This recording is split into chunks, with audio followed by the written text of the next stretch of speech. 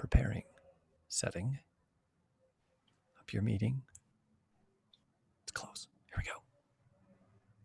And we're live. How are you guys doing? I am so glad. Sorry for the problem. Every once in a while, Facebook likes to decide that it's not interested in playing ball.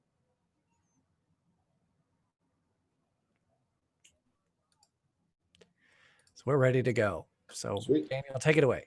All right, cool. Well, welcome everybody to Table Talk Thursdays. Happy to be here with you. Slightly modified medium that we're on, but super thankful that we're still able to connect anyway. Well, as usual, this is the venue and medium by which we do our best to have a dialogue about your questions about the most recent sermon, any questions about life. All questions are due in by Tuesday evening. And if you missed that mark, we will put it on queue for the next show. All live questions will be answered as time permits. Also want to remind us to pray for our nation, our world, pray for those who lost loved ones and employment during the season, the at-risk populations, those who are on the front lines, the healthcare professionals and all essential workers, elderly people, and those who have pre-existing conditions. Also keep those people in Midland and the surrounding areas still in your prayers as they continue to try to recover what's been lost and move on with life. We also want to keep the Ahmaud Arbery family in our prayers, Manuel Ellis family, Douglas C. Lewis family, Breonna Taylor, Sean Reed, Maurice Gordon, George Floyd, and there's a few more names now, David McAtee, James Skurlock, Sean Monterosa, Giovanni Lopez Ramirez, Dion Johnson, Justin Howell, and many others who have suffered from injustices. That name is growing. That name list is growing just in the last 30 days, folks. So do keep those people in your family, in your prayers. Also, a great opportunity for you to learn and grow, especially geared towards my white brothers and sisters, Lori Garvey and Lindsay Hufford. We'll be putting together a 6-week book study on the color of compromise. And that'll be starting on June 25th, Thursday, June 25th at 7 p.m. It'll be 6 weeks. For more information, you can reach out to the Be the Bridge at lifechurchcanton.org. We will put that on our Facebook as well as the YouTube, just so you can have that. But that will be the Bridge at lifechurchcanton.org. And do continue to reach out to each other. My heart is just warmed by the cards and the memos and the texts and whatever it is that we're doing to love and care for each other in this unique season. So do continue to do that. Well, let's check in with the pastors. How are you brothers doing? I'm doing okay. I'm trying to get all of our links up to date because I know people are having to adjust here a little bit. But our family as well. It's a beautiful day outside. And so excited to get outside with the family a little bit.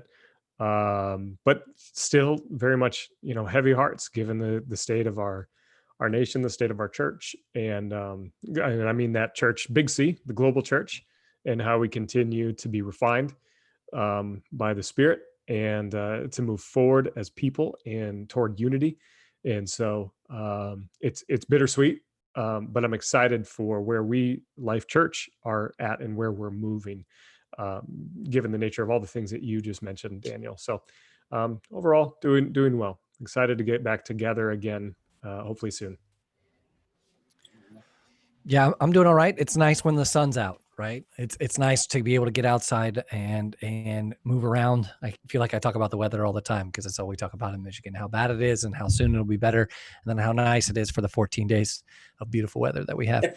So, it's been challenging because I think we're getting back into, change, and then 8 weeks of normalcy-ish, and then change. And so I feel like we're ramping back up, which is exciting for me. I'm really feeling the pain of not being together in person and starting to see things more and more open. I'm just really focused on Sunday night, the opportunity to pray together.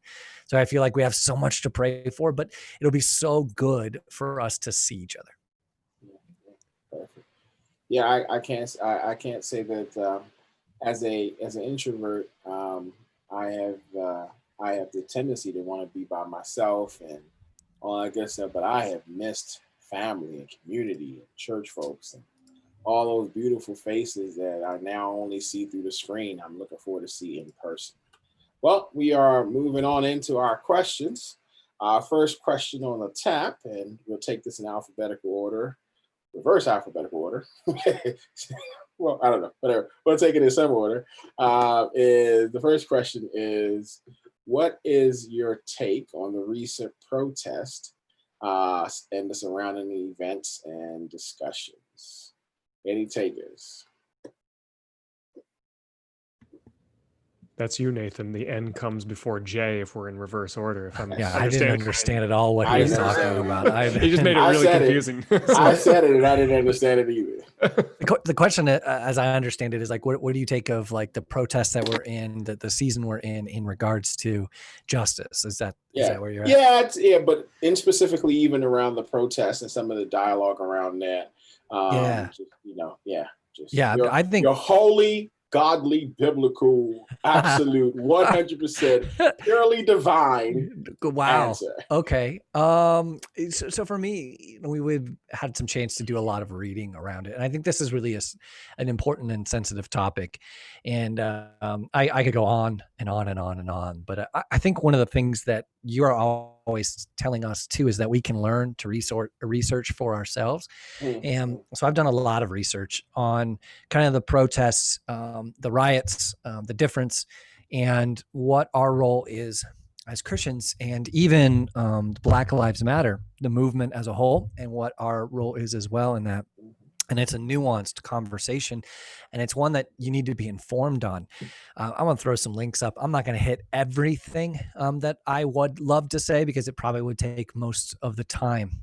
But I think I'm going to start off by just challenging everybody to read and listen. And I believe that Christianity Today, the Exchange, is putting out some amazing articles that are theologically rich, but also practical, that call for action. And specifically, D.A. Horton's 4-part series on the Black Lives Movement and what Christians need to know and how we can be a part of it. I think it's balanced and kind of beautiful, and comes to some really practical steps, as well as Ed Stetzer has been writing a bunch of articles on it. One of them that I started with was called, and it's beautiful, and it's part of a series, and so it's not just standalone, but it's Pro All Life and Why I Protest and Encourage You to Do So Too.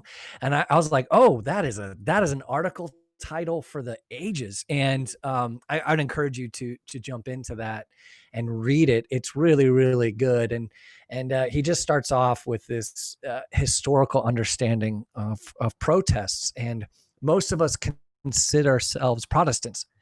We're Protestants. We're Protestants. Like Martin Luther protested the abuses of the Catholic Church in his theses.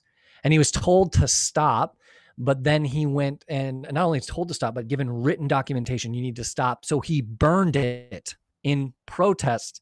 And now I'm not condoning burning anything. That's not what I'm saying in this. I'm saying that from the very beginning of what led to where we're at now theologically was, as people who have come from that reforming movement, is this idea that we protest against things. And he does such a great job, an invitational job of going through it. I think when I talk about articles and I read articles, immediately someone had an emotional reaction to it. By me saying pro all life, there's so much going on in those 3 words that could bring so much emotion up. And then saying why I protest and why you should as well. Like these things, you may never get past the first tagline, because we've had all these dialogues going on and all of these ways of thinking about things that get in the way. So I just encourage everybody to read that article and let that be a place to start your conversation about it. I could go on, but personally, as I'm looking at it, I'm thinking about the nuances of it and primarily how to continue to open up conversations about the protests, about not primarily about the riots, because for me, for me, you can be against racism and against riots. Like for some reason, we feel like if we, I see a lot of Christians who go, okay, protest, but let's talk about the riots. Let's talk about the riots. In fact, a lot of the news stations just want to talk about the riots. And in some ways, I feel like when we focus on people rioting and looting and burning, what we do is we say, see, this is what happens if we actually try to change something. This is why we don't do this. This is why we don't have a discussion. They're the same thing. They're not the same things. Not at all. In fact, I love watching some of these videos aren't actually like appropriate for us to say the words that are said in it, but you're seeing peaceful protesters who are peaceful protesters who are Black, calling out people who are spraying stuff on and saying, what are you doing? Stop this. Please stop. Please stop. This is not what this is about. And I can go on and on. But what I've just done in the last 2-3 minutes of me talking has triggered everyone. And that's the hard part about this is like, I feel like when people start to speak truth, there's such a buildup of preconceived notions and formulaic. That's a little throw out to Sunday, so a little formulaic rhetoric responses that are already put in your mind, that you've already been trained to do this, to say, oh, but yeah, what? And instead, we aren't actually learning. And so I think for me, as I look at it, I'm thinking primarily, oh man, how do we continue to keep this a civil conversation about what's going on? Because I believe that I think that our nation is finally starting to wake up, and had an example that was just so bad. Because nobody I talk to says that this wasn't a murder, right? I've not talked to one person who doesn't say that this is murder. Now, what they say after that matters. But now we have a video example of something that's been happening. So now we can't ignore it anymore. And so the protests that have continued, the peaceful protests that have continued day after day after day after day, I think are creating an awareness to invite those who believe that this wasn't about race to realize, oh, this is about race. And so I'm excited about that. I'm excited that there are people who are for the first time feeling great discomfort. And I'm talking about specifically white people who are feeling great discomfort as they realize that perhaps it's as bad as they say. Perhaps it's terrible. Perhaps, and now what do I do with that? So I was all over the place there. To reiterate, it is not riots and protests are not the same thing. To reiterate, you need to research and learn theologically our history and our background and why protesting has been part of it, whether you're conservative or liberal. And I believe that people are being invited to a very difficult conversation. And I'm always thinking, how do we create a space for that conversation to happen? Yeah. I think you said one word in there, maybe a couple different times, nuance. I think that's a key word to take away. And I think, Daniel, one of the things you always say too is let's define terms. And so we are naturally predisposed, probably more so as Americans, to think in binary terms. It's either this or it's this, and there's no in between. And I think when we post an article on our social media, page, whatever that might be, it's Twitter, Instagram, Facebook, whatever, we'll cite one article, just one, to make an argument for an overarching narrative that we're wanting to support or perpetuate, whatever that might be, good or bad. Or we'll cite one individual in history in terms of how that particular person, I'm not trying to speak in code, but Martin Luther King, will cite him as the one individual Black person who set the tone for how all things should be. And so it's just been interesting to see what sources we cite. And I shouldn't say sources, I should say source, because we usually just go to one article or one person or one aspect, and then make that the overarching narrative for what we believe and what we want to propose. So here's the thing. I say all of that to say, should I answer this question as a Christian? Should I answer this question as an American? Should I answer this question as a white man? Should I answer this question as a pastor? So like, there's all these layers to it. And I think, if I look at the riots or the protests or the looting or the demonstrations or the rallies, as all one, it's hard because I don't know. I don't necessarily expect a non-Christian to adhere to a certain moral standard that they don't believe in. So let's take that layer away. If it's for people of faith, people who are followers of Jesus, then I feel like I can enter into that conversation a little bit easier. And then I also want to be humbled by this question. How else should one respond to systemic oppression and marginalization and dehumanization for 400 years? How should one respond? What's the best way to get their voice heard?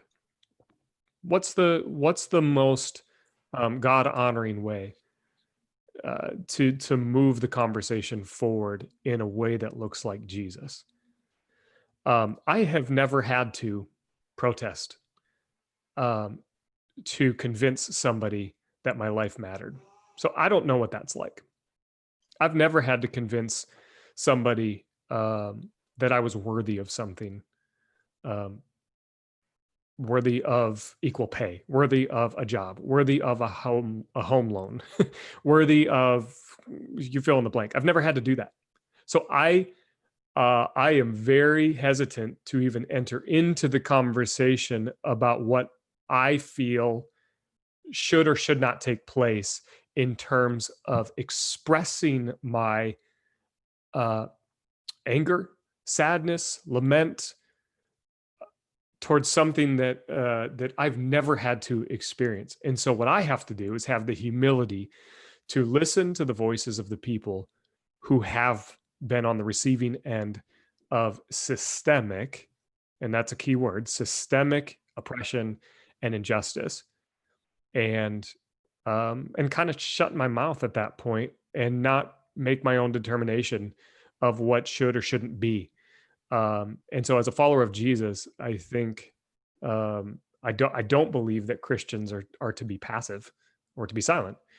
And so I don't think that that's a solid reason to not protest. Yeah. So I need to listen more. I need to be humble. I need to be in solidarity with those who have actually experienced the things that they've experienced. There's more I could say, but I'll stop for now and we'll keep the conversation going. Yeah. Well, one, I think one thing that comes to mind as far as that question you asked, Jared, is what is the best way to react to this? And the realist in me and the equitable part of me. So the way my brain works sometimes is I try to remove incongruencies. So like, for instance, as a pastor that I respect I used to respect him. But even today, his sermon was more about the fact that police officers are heroes, and that they're only trying to keep peace, and that the murder of just one man shouldn't trump the great work that the police does. And that seems incongruent to me. It also seems incongruent to me when we ask that question, if we do ask that question sincerely, how should one protest? So then instantly I ask the question, well, Colin Kaepernick just kneeled and that was an uproar. No, he shouldn't disrespect the flag. Name the people, Medgar Evers, Martin Luther King, whoever else you want to name. They peacefully protested and were murdered. So then I'm asking the question, what options do you have to protest? If you can't protest peacefully, um, to the point where people are the cops are being militarized against you, who already see you as an enemy of the state. It's an interesting question that I'm not necessarily going to remove the pressure of right now, and nor am I going to try to answer. But I do want people to think about that: is a man takes a knee, you say he can't kneel in protest. Kneeling is actually a very humble thing. It actually shows reverence in many cultures, mine included. You can't peacefully protest. You can't um, do a sort of peaceful, uh, peaceful protest. You can't do um, a non-violent. There you go. As Dr. King always likes to say, a non-violent approach to things. That's not sufficient. You can't do a by any means necessary, Malcolm X. That's not good. So where do you find yourself? It sounds like America is asking people of color to just shut up and take it. That's what it feels like. So people can resolve that in their own hearts for themselves. But as I Yeah. look at the protest, I find certain things that are very interesting. For instance, the majority of people that are non people of color have said this death of even the people who at least say that this was murder, right? So I'm with you, Nathan. The majority of people I've contacted have said that I have relationship with, at least that are white, have Mhm. said this is murder. Even if they sort of have need help in fleshing out the rest of that, Yeah. have at least agreed on that. And I think that's the difference, right? So it's hard, even though people try to they try to sort of move the mark by saying, well, maybe if you didn't resist, or maybe, they'll try to, like you said, is what comes next. There are many people, though, online of who I attend church with, even that are like, nah, it ain't murder. It's just one insignificant thing. That's strange. And I don't know what to do with that one. But then I hear this refrain of the death of Floyd is horrible, but the riot has to stop. Mhm. Why don't you flip that? Why don't you flip that by saying rioting is horrible, but the death of unarmed black men in America has to stop? That for me is the shift. Yeah. Then we can really have a conversation, because you're right. As a white male and as a white woman, you most likely, at least in recent years, have not had to convince someone that that your life is sacred, that your life is important, that your life actually matters. And I'm loving the plethora of information that's coming out with people that are not of color easily saying, well, if there's two houses and one house is on fire, and I tell you I need to put out my house, and you're like, well, all houses matter. How does that make sense? Or Yeah. if I have leukemia and I say, man, I need to create a fund for leukemia and a charity for leukemia. You're like, well, all cancers matter. No one does that, because you understand that by saying that, you illegitimize that person's pain and plight. Yeah. And Yeah. so I say all that to say, when I look at the riot, I also have to wear it in different hats, Jared. And the first hat that I look at it, well, one of the hats I look at it through is just humanity. There's an old saying in the black community: a hit dog will holler. I don't know if it's just the black community, but I've heard it in other southern states too. But a hit dog will holler. In other words, or the squeaky wheel gets the most grease. All those sort of euphemisms are meant to remind us that we need to ask a question, that if a child is throwing a tantrum, and I'm not equating black people to children, but I'm saying if a child is throwing a tantrum, or if something happens, so from a mental health perspective, if I see a triggered person, I'm asking the question, why are they triggered? That's what you do. You should ask that question, why are they triggered? And that leads you into other ways. So that's the mental health perspective. I want to know what the cause of this is, because not only do I want to stop the triggering, immediately, I also want to create an atmosphere where that triggering is less to happen again. So that's what I would do. From a spiritual perspective, I'm asking, who hurt them? How has the fall of humanity affected this discussion? What is the transgression And how am I going to be the Good Samaritan? Notice what you don't see in the Good Samaritan discussion is let's wait for all the facts, as one of my mentees said. That's a recurring theme whenever anything happens. It's like, let's wait for all the facts before we even help. But the Good Samaritan didn't say, let me wait. I don't know. Was he trying to rob somebody and then they shot him and then that's what happened? Did he resist the Jerusalem police at the time? And is that what happened? They're not having that conversation from a Christocentric perspective, a biblical perspective. Someone's hurting and I want to know how to care for them because I am my brother's keeper and my brother is my neighbor and I love my brother. That's the Christian perspective. And it's so I see that, and I see, so there's a humanity, mental health perspective, and then there's the Christian perspective. And I don't know that they're even that far apart, right? Because Christianity isn't necessarily preaching something that innately in us that we don't all agree with. We all know that it's wrong for someone to kill me. We all innately have that feeling that I don't want to die. There's something in the human being that cries out and say, I don't want to die, or I don't want to be hurt, or I don't want to be oppressed. I think that is just heightened as a Christian because then the image of God comes into play. And so it's even more than just harming humanity. It's not just the sacredness of the human life. It's now the holiness of a sovereign God who will make all things right now or in the life to come. Yeah. So I don't know if you necessarily have to shift as a Christian, right? Because it shouldn't be hard. It's easier for us. It should be. But then what have we learned in history? That we who should have been easier to love people are the ones who actually use the same word of God to harm people. So that's sort of a big picture place that I look at it. But I'm just interested because a nuance has happened. Mm-hmm. And then we'll move on to our other questions. But a nuance has happened in the sense that there has been more traction in my lifetime since the death of Floyd than in any other circumstance that I've experienced, whether it be Rodney King, whether it be the Watts riots, the H Street riots in DC, or perhaps even the Detroit riots. People who know can share on that. Even riots that I've seen in other countries. This has become a global thing. There is protesting in Palestine for Black people. Palestine. There's protesting in Nigeria for Black people. Italy, Ethiopia, all these places in UK. So this looks different and this feels different.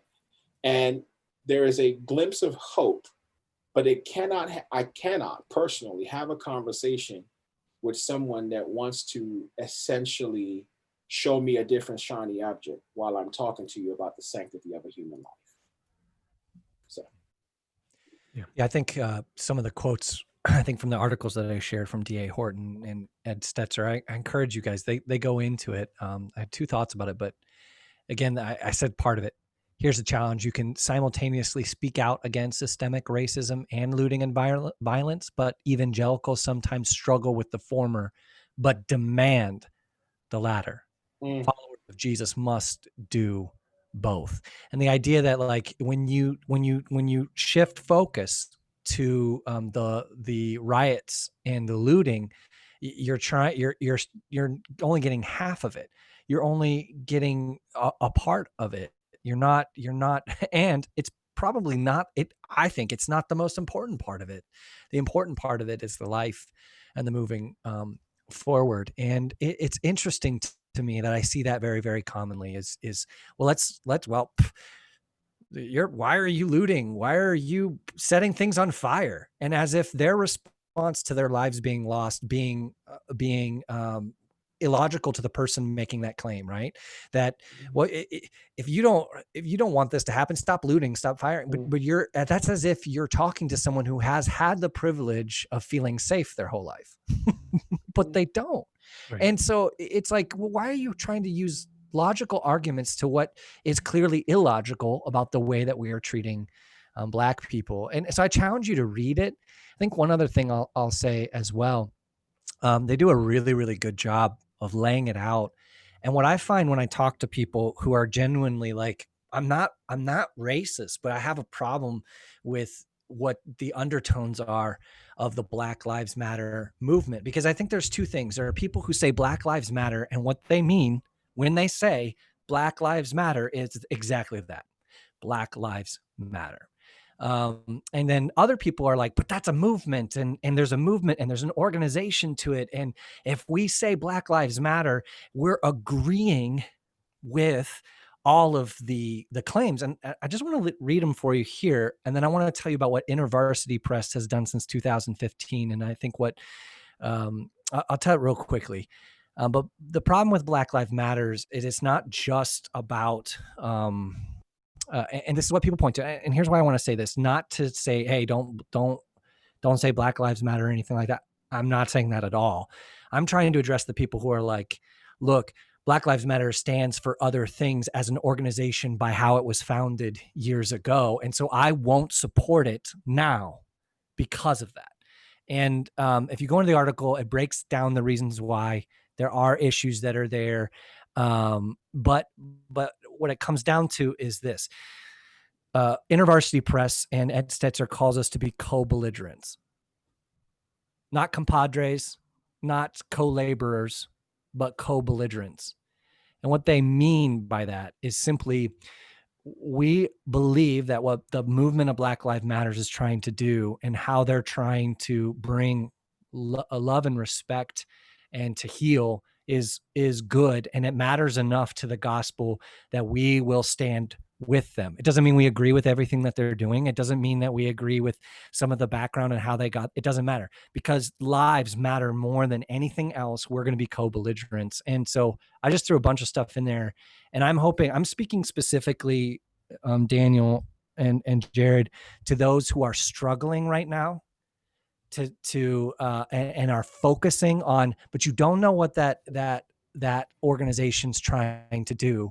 And again, it's almost like, no, you're focusing on something. You're focusing on looting. You're focusing on rioting. You're focusing on the fear of what might happen behind these organizations. You're focusing on all that. And the reality is, what you need to focus on is that people are dying.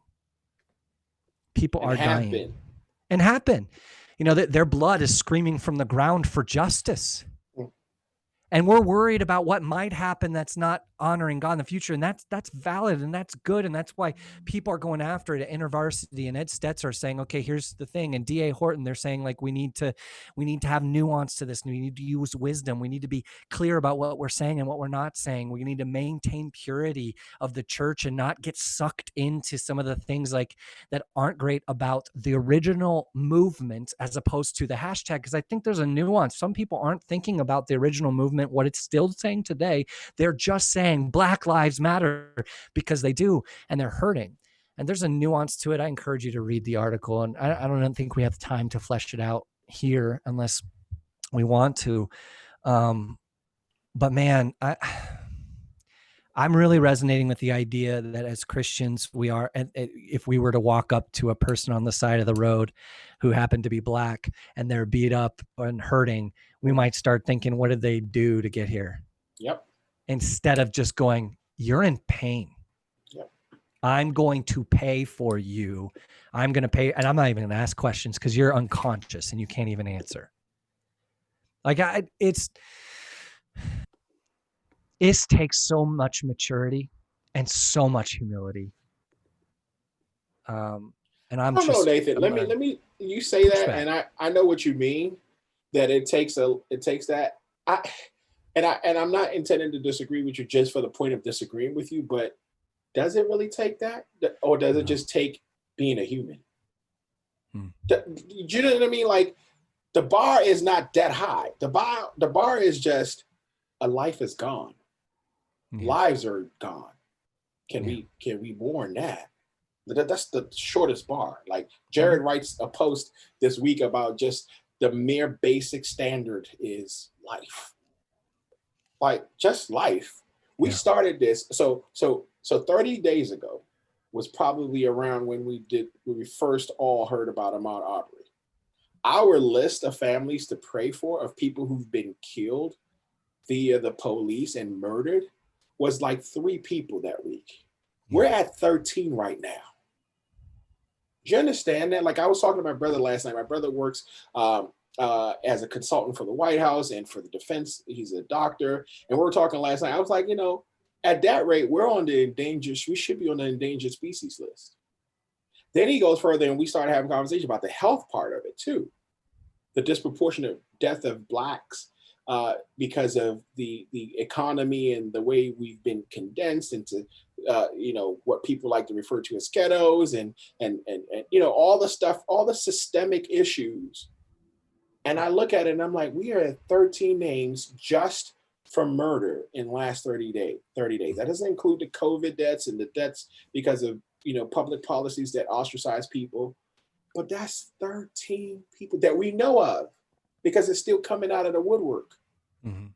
Yeah. 13 people murdered through the police. Can you just pause there for a second as a human and say that's a problem? Yeah. And let me tell you why the dog of Black Lives Matter has one part of it that's bad, or parts of it that you don't agree with. So therefore I'll ignore it. You know why that dog doesn't hunt? Because by that same logic, no African American should be a Christian. By that same logic that there's bad parts in it and parts that are negative in Black Lives Matter movement. So therefore I'll jettison the entire concept.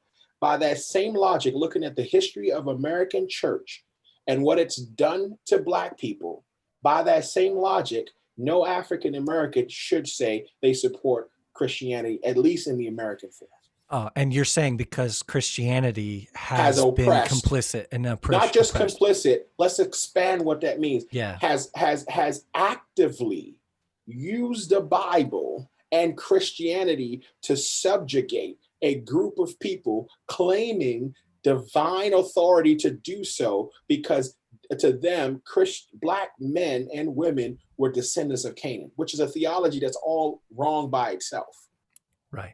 Because Blacks are more, you see what I'm saying? Blacks are more descendants of Cush than they are Canaan. But at the end of the day, you used an entire religious system to make a people feel like not only were they ordained and made by God for slavery and subjugation, but that this was their lot in life for all eternity.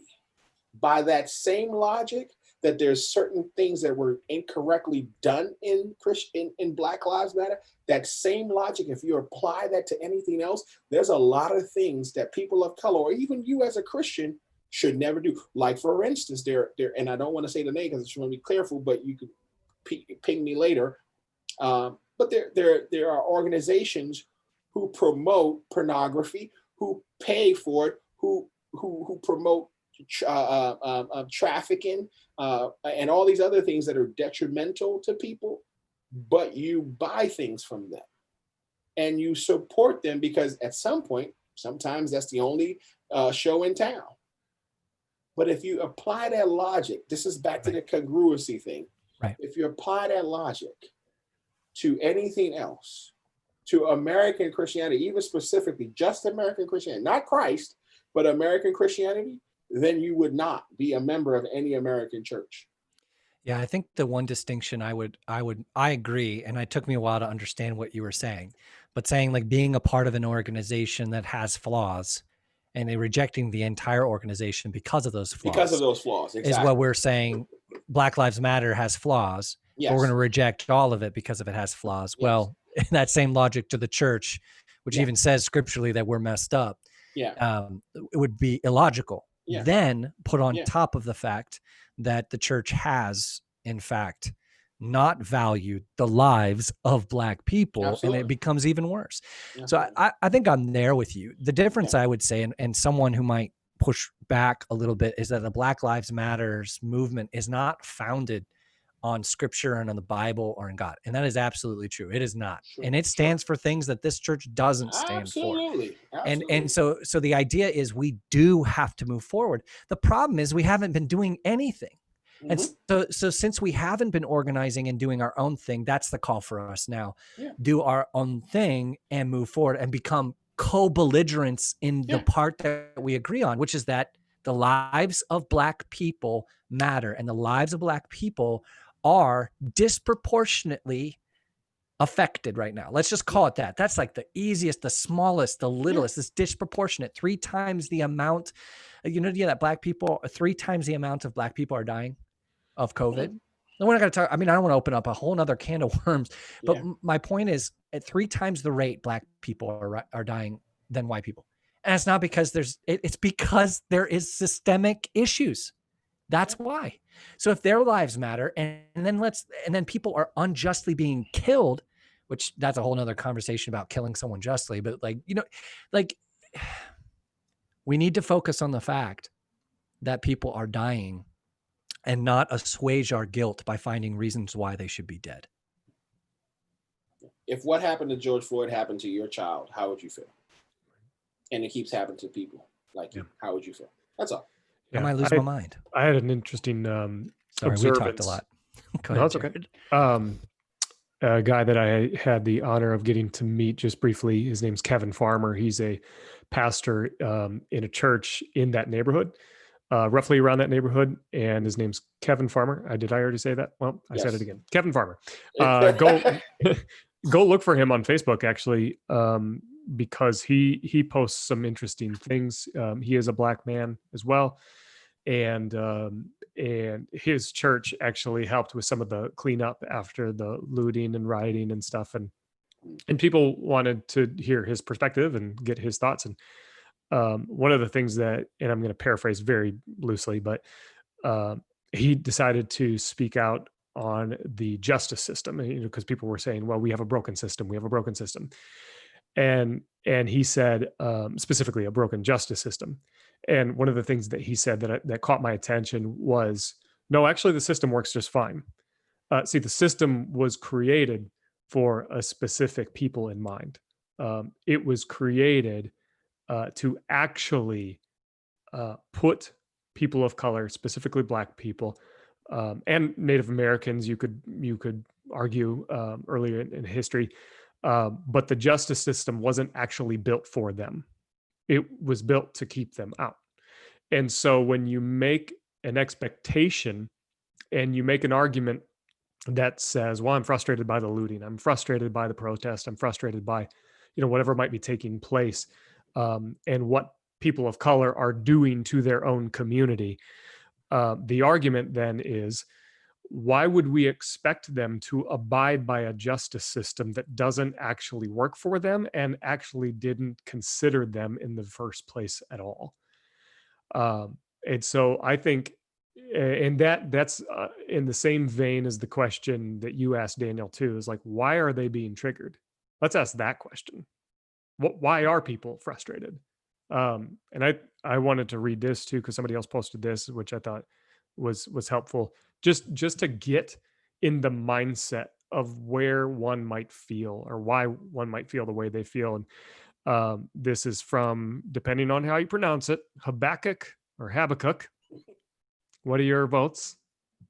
I go with Habakkuk, which is wow, Hebrew. okay. That's what I go with. The third No, I'm way. joking. That's the third way. There That's is good. a third way. So I'm going to go with Habakkuk. This is the message that the prophet Habakkuk received in a vision. I'll just read 3 verses here. How long, O Lord, must I call for help, but you do not listen? Violence is everywhere. I cry, but you do not come to save. Must I forever see these evil deeds? Why must I watch all this misery? Wherever I look, I see destruction and violence. I am surrounded by people who love to argue and fight. The law has become paralyzed, and there is no justice in the courts. The wicked far outnumber the righteous, so that justice has become perverted. I don't really have anything to say after that. That's just I want to feel what the prophet is feeling. And I want the Holy Spirit to fill me, continue filling me, to understand, okay, what is my place? How do I enter into the Good Samaritan and not try to figure out all the facts, not try to figure out, okay, well, what's the real reason? No, how do I feel what they feel? And how do I come alongside and enact justice in the way that Jesus would? Yeah, Powerful. it is. And it's super relevant. And this is, as we, even one of the questions that's going to come up is about just the black church and white church scenario and why that is. And that is in so many ways why that what gave birth to black liberation theology, the Old Testament um, affiliation that black people felt with Israel and their slavery and their cry out for justice. Yeah. What Mr. Farmer said is actually akin to what W.E.B. Du Bois said many years ago, which is a system cannot fail those it was never meant to protect. Right. Yeah. It just can't. And I think we're moving more and more into an era where it's hard to say you don't know as a Caucasian person because there's so much information. And I'm super thankful for my white brothers and sisters who have had the privilege to wade in this with us. And they've done it well by doing their own research, and even now are beginning to be proactive and not reactive to many things and posting things that are opening people's eyes, because you have an influence that I may never have because you're in these circles that are more disarmed because they're family, they're relatives, they're best friends, and you can really get into the heart of folks and talk to people. And so please, thank you for your partnership. Thank you for your friendship. Thank you. Honestly, thank you for seeing the truth. Thank you for being Christians. Thank you for being godly. Thank you for being human. And thank you for sharing that humanity with other people, because at the end of the day, this movement or whatever this is, at the end of the day, if you choose, because you can, because it's your privilege, you have that right to not talk about race and never even discuss it. If you choose to not take what you've learned and share with other people, we're going to find ourselves in another George Floyd situation tomorrow. In fact, the same day George Floyd was murdered, another black man was murdered as well, Deion Johnson, because he was sleeping in his car and a trooper shot him because he was afraid that he might wake up and shoot him, even though he had no gun. So when you start to see these things as not just one isolated incident, I think it's helpful to share with other people how this is not an isolated incident, and maybe have the dialogue that others of us cannot have. But I cry for justice. And I want to say this because as an African American, I need this to be clear. There is no African American, none whatsoever. There are criminals in every ethnicity, and there are problematic people in every ethnicity. But there's no African American who cares about his people that is happy that a riot is ensuing, because that's our basic question that we've been asking. So I'm not happy about a riot, just so we're clear. But I also know that sometimes, and I want to say this too, Nathan alluded to this earlier too, is not only because sometimes people could think that riots are just black people doing riots or the black people acting out. There has numerous videos of people who are Caucasian who are maybe cops. That's is still out there trying to figure that out. But that's not new for us as black people. The history of people being infiltrating our communities to start problems and give reasons for the military to come in. That's just, I want to put that out there. But there are a lot of people who are stopping the riots. There are a lot of people who are the ones saying, no, let's not do this, or who are actually pointing out the people who are not in their community, who are coming into their community to use this as an opportunity to further their own agendas. So I want us to just, as much as we can, to be as objective as you can. And I think the overall thing is this: at the end of the day, let's just talk about the life. Right. So Black Lives Matter wasn't built on Christian principles in a sense, but in a sense it is, right? It's built on the fact that, at least that part of it is built on the fact that human life is sacred. Right. How is that not a Christian principle, right? Because you have the KKK that was just blatantly supposedly a Christian organization, right? And many Christians joined that. So let's be congruent in how we look at facts as much as we can. So that's all I'll say on that. Yeah. One thing I'll say is there's a worry worry among not just one or two, but people that I talk to. And it's not just people who aren't in our church, but in our church, people who love Jesus deeply, who are in different stages in this process of figuring it out. And they're looking for all the reasons why we don't do something. But we've already done a lot of nothing. And I want people to know that as we continue to lead through this, I am incredibly aware. I'm vigilant is a good word. I'm very vigilant right now about this conversation. I constantly think about it because what I want is I want to create an environment where we stand for truth in a way that invites conversation, and that as we move forward, we do not allow the world to influence us in a way in doing something that is unbiblical. Here's the problem. We already have.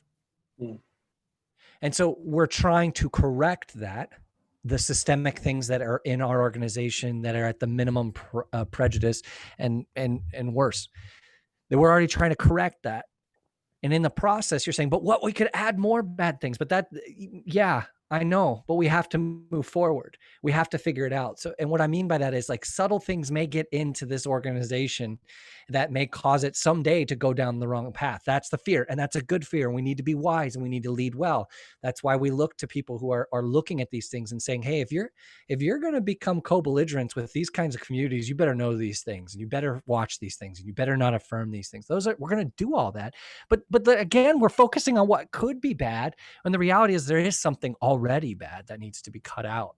You know, I just want people to know that it's not something where it's all or nothing for me. I'm really tired of this conversation. I talk a little bit in the message this weekend about it, but I'm tired of people trying to figure out if we're a liberal or conservative church.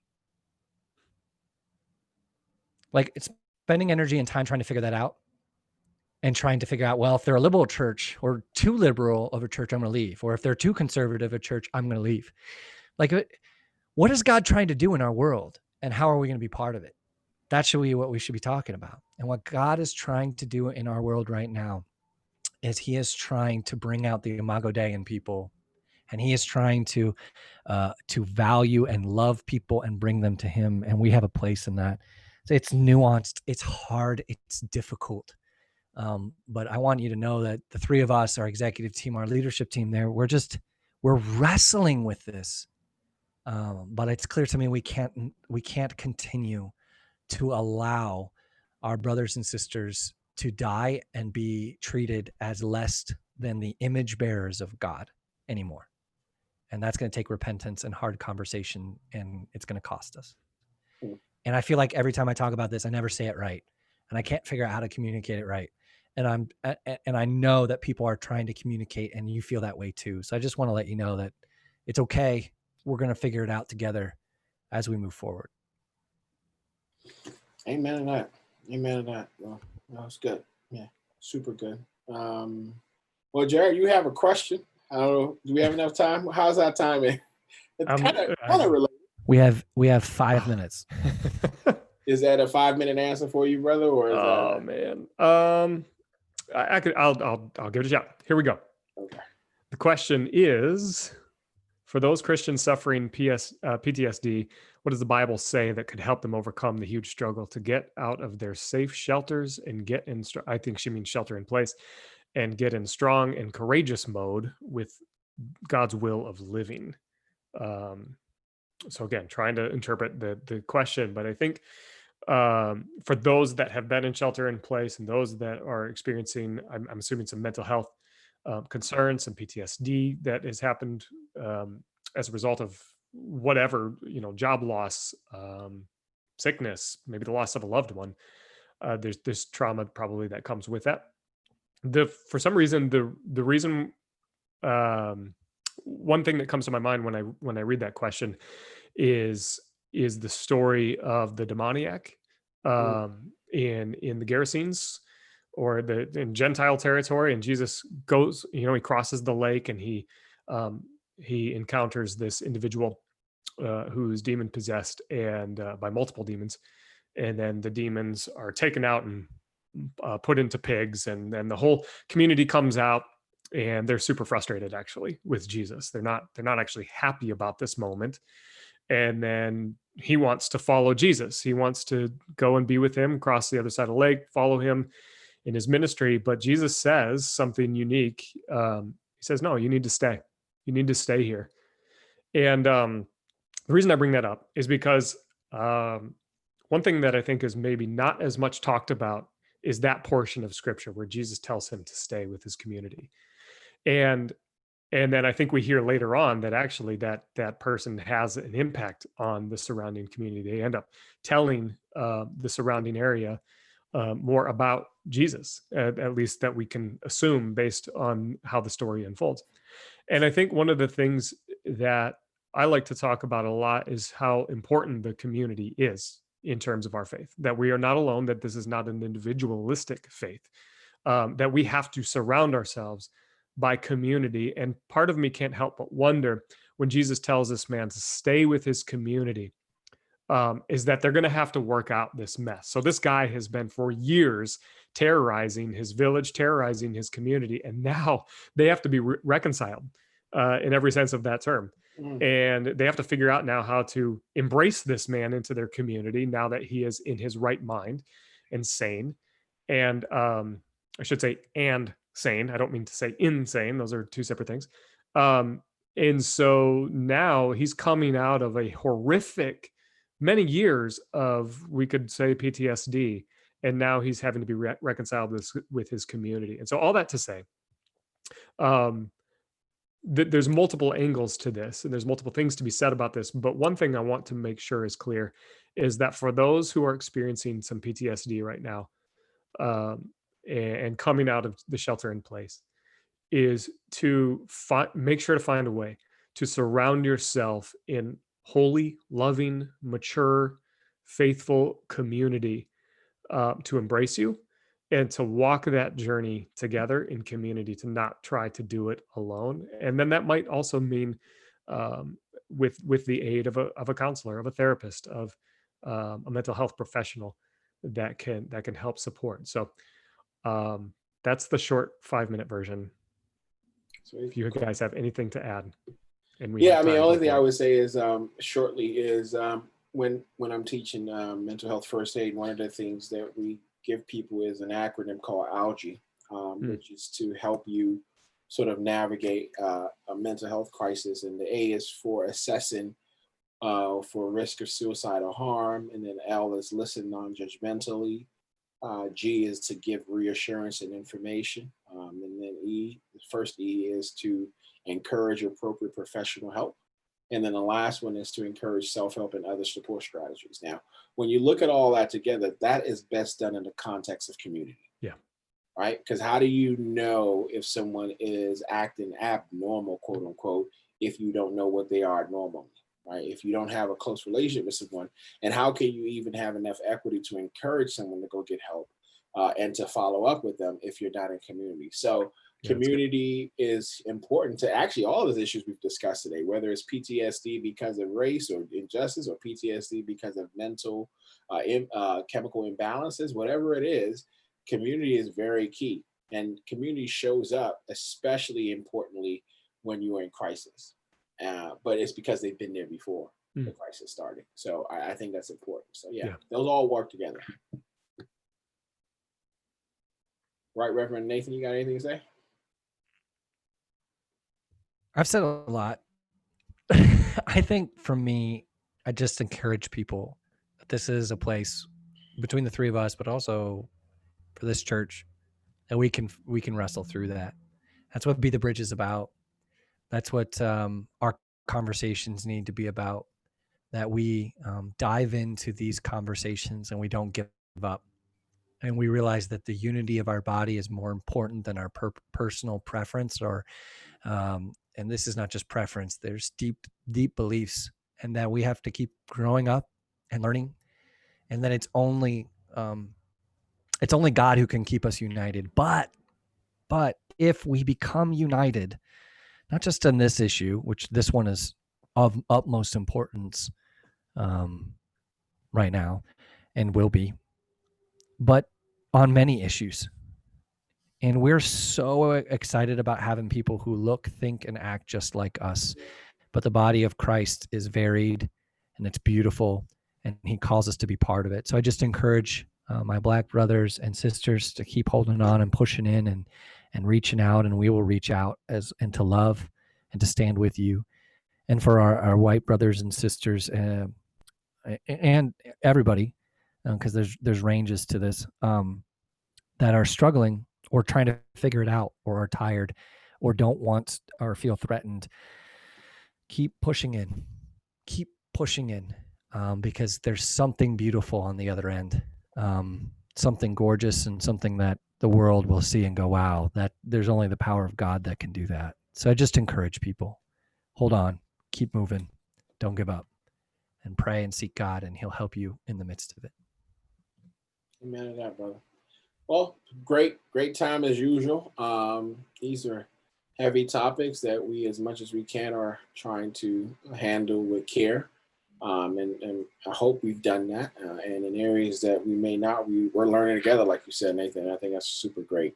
So yeah, next week we are going to have a special guest that I'm super excited to have. And so, yeah, do your Googles about that and see if you know who it is, and you'll get a special gift of hearing us again the next Thursday. So we're happy. We're happy to have this venue to connect with you guys. Also want to remind you of the 6-week course, that book study of Color Compromise, that our sisters Laura Garvey and Lindsay Hufford are putting together. This is specifically geared towards our Caucasian brothers and sisters. So if you've been looking for an opportunity to ask the questions and you don't want to either come across offensive, I get that, I understand that. This is a great venue for you to inundate them. No, I'm joking too, but to ask those questions. And honestly, it's also helpful because you get to see someone who has a similar culture to you and how they've grown in that area. And that might give you a peace of mind. Because sometimes, folks, I know, to our brothers and sisters who are not of color, that it could get a little, you could feel paralyzed. It could be like double dutch. You don't know where to jump in, and you're scared of, I get it, and I can understand it as much as I can. Or you don't know what double dutch is. Yeah, or you don't know what double dutch is. It's actually true too. But you could feel like, this is true. You could feel like it's hard to just know where to get in and know where to fit in on this stuff. But the key thing to remember is you belong in this conversation, and we want you in this conversation. Yeah. And there's a very wise way to have it, is among the context of people who know what you're feeling. And so this is a great opportunity. Again, go to email B2Bridge at lifechurchcanton.org, and they will circle back with you. Great opportunity for you to grow, learn, and just know, even if you feel like, I figured it out, I don't really believe in this stuff, be intellectually honest to ask the right questions, and then know that you know, and you stay where you can make a decision after that. But it's a great opportunity, great position. Well, church, this Sunday we're going to be having prayer service. It's going to be exciting. Anything quickly, and then we'll just end out on that one. Good. Okay. No, I'm excited about it. It's going to be good. Cool. Sweet. Is there still room at the 8 p.m.? Yes, there is. There's still room at the 8 p.m. So there's room in the inn for you. So come on down. All right. Well, that's it, folks. We love you guys. We will see you next week, God willing. Yeah. Amen.